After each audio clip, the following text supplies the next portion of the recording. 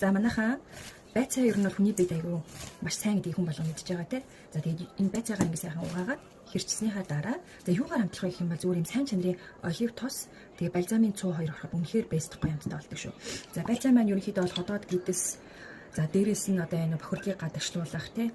За тэгээд дайет хийж байгаа хүмүүс тэгээд маш одоо олон сайн давуу талтай манай байцаа маань.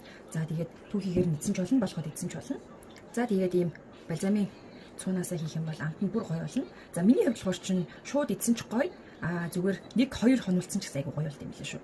Ингээл энийгээ сайхан ингээл халиад ингээл утгач чинь тэгээд салаатны оронд хэрэглэж идэж болно. Эсвэл нөгөө оройдоо өсөөд байвал те хоолны оронд бас ингэж идэж болдог байгаа.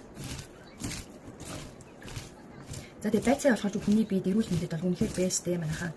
Заавал байцаа гэдээрээ байцааг гүйцэх юм бол гэж байдгүй шүү. За ингээл ерөнхийдөө бол шууд идчихэж болно. Эсвэл 1 юм 2 хоног юм бол бүр гоё амттай болчихдог байгаа шүү.